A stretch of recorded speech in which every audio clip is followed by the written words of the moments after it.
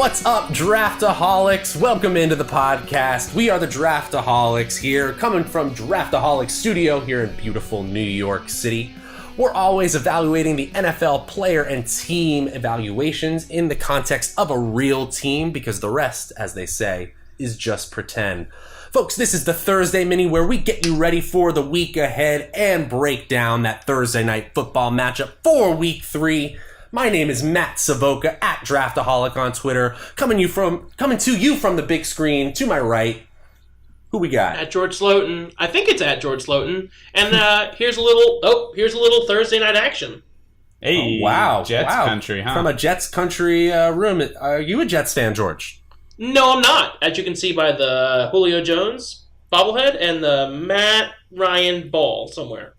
And who's across from me today? I'm William Spinato at W Spinato on Twitter. 2 N's, 1 T. The Consonant Man. Yeah. There he is, the Gronk Man, the Gronk first round man. Oh, not anymore. Not this week. He's a reformed. Now the Gronk fifth round man. I took him in with the final pick. Yeah, I couldn't. Hey, guys! No teasers about our episode. Yes, right. That's right. This is just the Thursday Mini. We've got a full episode of the Draftaholics dropping at the end of the week, where we'll give you things like our famous Draftaholics quick shots, our 3-person draft that, of course, I take down every single week, and our one lineup to rule them all. Our DFS lineup that's going to win you $1 million. But it's just Thursday, guys. We're getting you ready for the Thursday night football matchup. It's the Jets. It's the Browns. The Browns, shockingly, home favorites. Yeah. But first, I do have a question of the hour for you guys. Let's take the time machine back out. I know we've gotten a couple times for this question, but I want to know about NFL years past and who that favorite player you wish you could go back and see. Maybe you have a favorite player out there.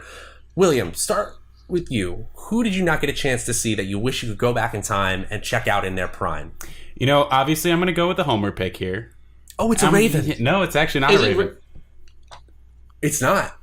It's a Baltimore Colt. Oh, Mr. Johnny Unitas. But there was a statue erected of him just outside Raven Stadium. I know, exactly. But hey, I've always heard my family and some sports fans in the neighborhood talking about how incredible it was to watch Johnny Unitas. I didn't get to grow up watching him. It was before my time, obviously. Yes, it was. And, having heard about it my whole life, I think it would have been awesome to experience something like that in the city of Baltimore. Yeah, I mean, this is a guy who played his NFL championship games in Yankee Stadium. Yeah. So this is the type of era we're talking about. Unitas you said someone I couldn't see. I mean, yeah, we gave you no criteria, and you took us to Baltimore, and in the days of black and white and sped up footage, I love it. Unitas is a legend, and he changed the way the quarterback position is played forever. He's amazing. So I love the pick. George, how about you?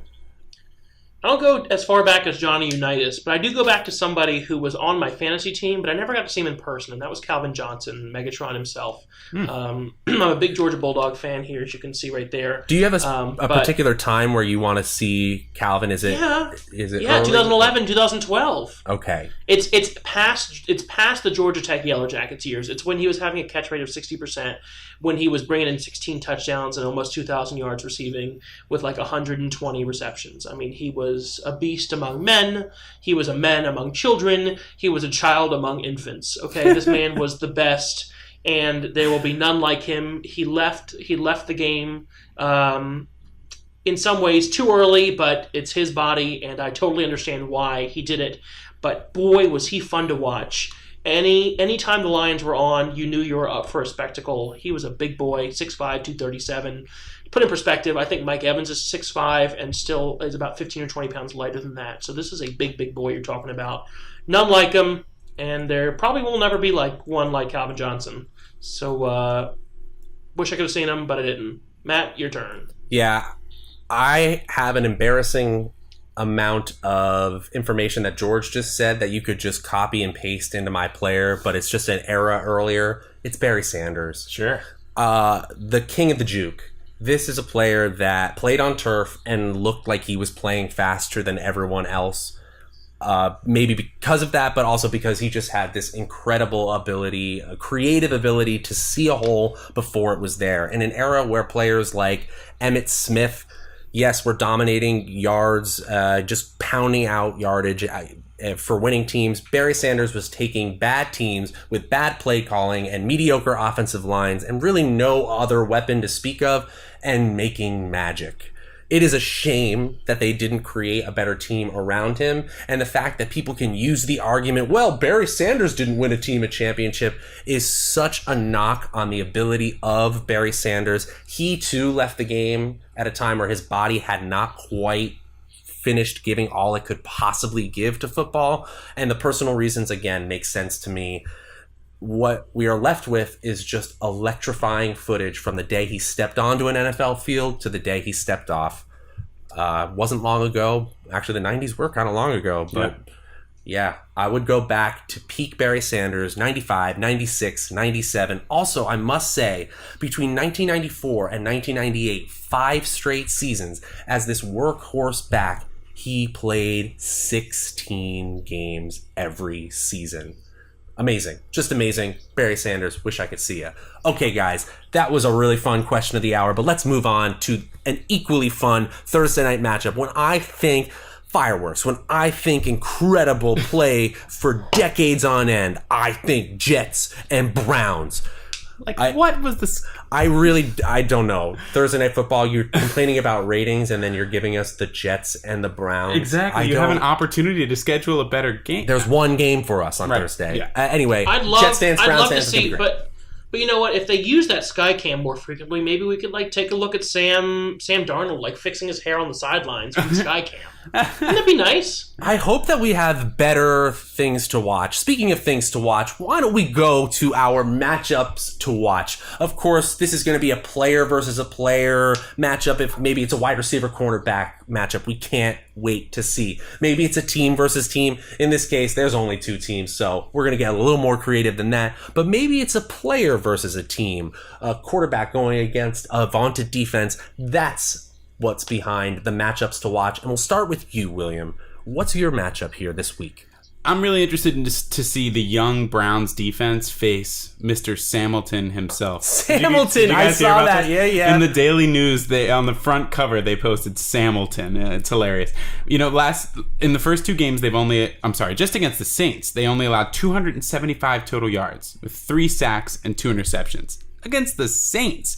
We're talking about a pretty young team in New York, led by Sam Darnold, who his very first pass went for an interception. They've been a top 10 fantasy defense twice. It's a young squad that I think has a chance to take this Cleveland Browns from just kind of perspective. Maybe they can just tie. Maybe they can win games. If they can actually unlock some defensive play, I think they could be a pretty good team this year. I think it's a big reason why they're favored, like you said. And I want to see them face Sam Darnold and see if the Jets actually have something in them. Yeah, I mean, that first game against the Lions started off really poorly, but then he came roaring back. A disappointing loss against Miami, but I do feel like it's a great test of where that young defense is and where this young aspirational offense with Sam Darnold, Quincy Enunwa, and co. is at the moment. George, what's your matchup? Yeah, you just took the words right out of my mouth. Quincy Enunwa and co. Quincy Enunwa had an incredible season last year. He had but before his injury, he really shined a couple weeks there. And I really want to focus on both Enunwa and Antonio Callaway. They're both, I think, the potential to be future wide receiver ones. That's Callaway for the Browns. Yes. Just wanted to clarify there. Exactly, absolutely. I don't really care about the running game for each. I mean, I think they're really old and senile. You know, it's Carlos Hyde and Crowell. It's Bilal. It's Nick Chubb. I'm certainly excited to see, but I want to see the air game. Quincy's had 13 receptions in 2 games, 155 yards and a touchdown in those 2 games. He should have had another touchdown, but Darnold overthrew him. He leads the Jets in routes run, targets, catches, and yardage. And targets per route rate of 34.5%. That's wide receiver 1 tier, guys. He certainly looks, acts, and breathes like a wide receiver 1, and I think it's certainly possible. There's a reason why the Jets picked Sam Darnold. They were looking for that franchise quarterback, and I think that Enunwa could be their franchise wide receiver. Myles Garrett scares me totally, but there's no Emmanuel Ogbah again for a second week. Michael Thomas just dropped a dozen catches on the Browns, so we'll see what Enunwa can do. Whew. A dozen catches would not be bad. My matchup to watch is actually within the Browns wide receiver core itself, and it's the matchup between Antonio Callaway, aforementioned there, and Rashard Higgins and the tight end David Njoku. With the exiting of Josh Gordon, that number 2 receiver is up for grabs in Cleveland, and I think those are the 3 that are primed to take it. And it was darn close in week 2 how they were used. As far as snap share goes, 81% for Callaway, 74% for Higgins and Njoku. We're talking 5 snaps differential here. That's not enough to move the needle either way. As far as target share, 26.5 for Callaway, 18.7 for Higgins, and 26.8, a little bit higher, even though the snap share is lower, for Njoku. I think this is a time for especially the young athletic Njoku to prove that he, at the very least, is a valuable third receiver option and therefore a viable every week starter in fantasy. But I need to see how this plays out. Why did they feel so comfortable getting rid of Josh Gordon in a way where apparently his hamstring is good enough that he can play on Sunday night for the Patriots? They better know what they're doing. I mean, they are finding new ways to lose at this point. Yeah. I personally don't believe that if I performed at my job as well as Hugh Jackson did, I would still have a job. Right. So I don't know what to say at this point. I really want to see how the wide receiver 2 or tight end 1 shakes out there. Those are our matchups to watch. Guys, it's going to be a great Thursday night matchup. Before we get out of here, it's the last thing we do of the week, and we want to make sure that you guys know our takes on all of those Roto-World blurbs that I'm sure you've seen many more of by the time you get to this recording, because we do record a little bit earlier in the week. But we want to make sure that you know our feelings about these players. It's our 2-minute drill running down the Roto-World list. Let's begin right now. Okay, Tariq Cohen, Matt Nagy said he's fine. It's not a concern. You playing him in fantasy week 3? Yes, sir. Sure, yeah, I like it, actually. Little preview, but we'll talk about him on the Friday show. I believe we will. Speaking of okay from injury, Larry Fitzgerald will play week 3. I wasn't that concerned. Happy to hear it, though. Yeah. Cue him up. Yeah, sure. I mean, yeah, absolutely. All right. Cardinals are bad. What are we going to do about it? But you got to play Larry. This is serious. The Pittsburgh Post-Gazette is reporting that Antonio Brown essentially no-called, no-show for Tuesday film session. This is not good. What is going on in Pittsburgh? Seriously. I don't understand what all this drama is. Why isn't he showing up? Hopefully he'll be there. It's a Monday night game, so, it's not even Tuesday yet. But it's definitely worrisome. Not good, to say the least. Jarvis Landry has been limited in practice the end of last week, and again with a knee problem. Do you still play him like the regular wide receiver he is now? You're hoping he's just getting some veteran rest here early in the week. I have to agree with that. Hugh Jackson also said that Duke Johnson deserves more touches. Do you believe it? Yeah, if you're going to run a new, a 2018 offense, the pass-catching running back needs opportunity. I don't believe it. I just don't believe it. I'm not going to play him in terms of fantasy, but I believe what he's saying, that Duke Johnson needs more opportunity. Okay. Do you believe him? All right. NBC Sports Philadelphia is reporting that there's a good chance Ajayi sits week 3 for the Philadelphia Eagles. Who steps up in his place? William? And Sproul's not going to play either, is he? I don't think so. I guess. Clement has to. Yeah. If he doesn't, then they're going to have to sign somebody else off the practice squad, I guess. Nelson Aguilar. Aguilar. Yeah, right. Aguilar from the backfield. But in terms of a running back, he's a Ty Montgomery type. Yeah. We're going to talk about him up like too. that before. Yep. All right. Running out of time here. Chris Carson remains on top of the Seattle Seahawks depth chart, except he didn't get a touch in the second half of Monday Night Football. Do you believe that? No. I think Penny is the one to start, but neither one of them feels good. I believe it. I think Pete Carroll doesn't know what he's talking about, and he apparently it was something about like that he was gassed on special teams, but he wasn't gassed. I don't know. It's a backfield to avoid unless you're trading with me, and then Chris Carson's a running back 1. Sure, right? Yeah. All right. That's the end of our 2-minute drill, and I just have to say, related to this Chris Carson, Pete Carroll saying he was gassed because of special teams. You decide that he plays special teams. Yeah. He's the coach. Right. What? You put him on special teams. If we believed in him like a real running back, then he would play running back in the second half. I don't believe in it at all. Does Pete Carroll chew that much gum during a game, or is it one does piece? He believe himself? All right. I can't go on a diatribe about how I feel about Pete Carroll's specific brand of coach speak. It's week 3. It's the Thursday night matchups. It's Jets. It's Browns. It's Juggernauts. Guys, we're the Draftaholics. We're coming to you with a full episode at the end of the week. Until then, my name's Matt Savoca at Draftaholic on Twitter. On the big screen to my right, at George Slotin. Follow you if you dare.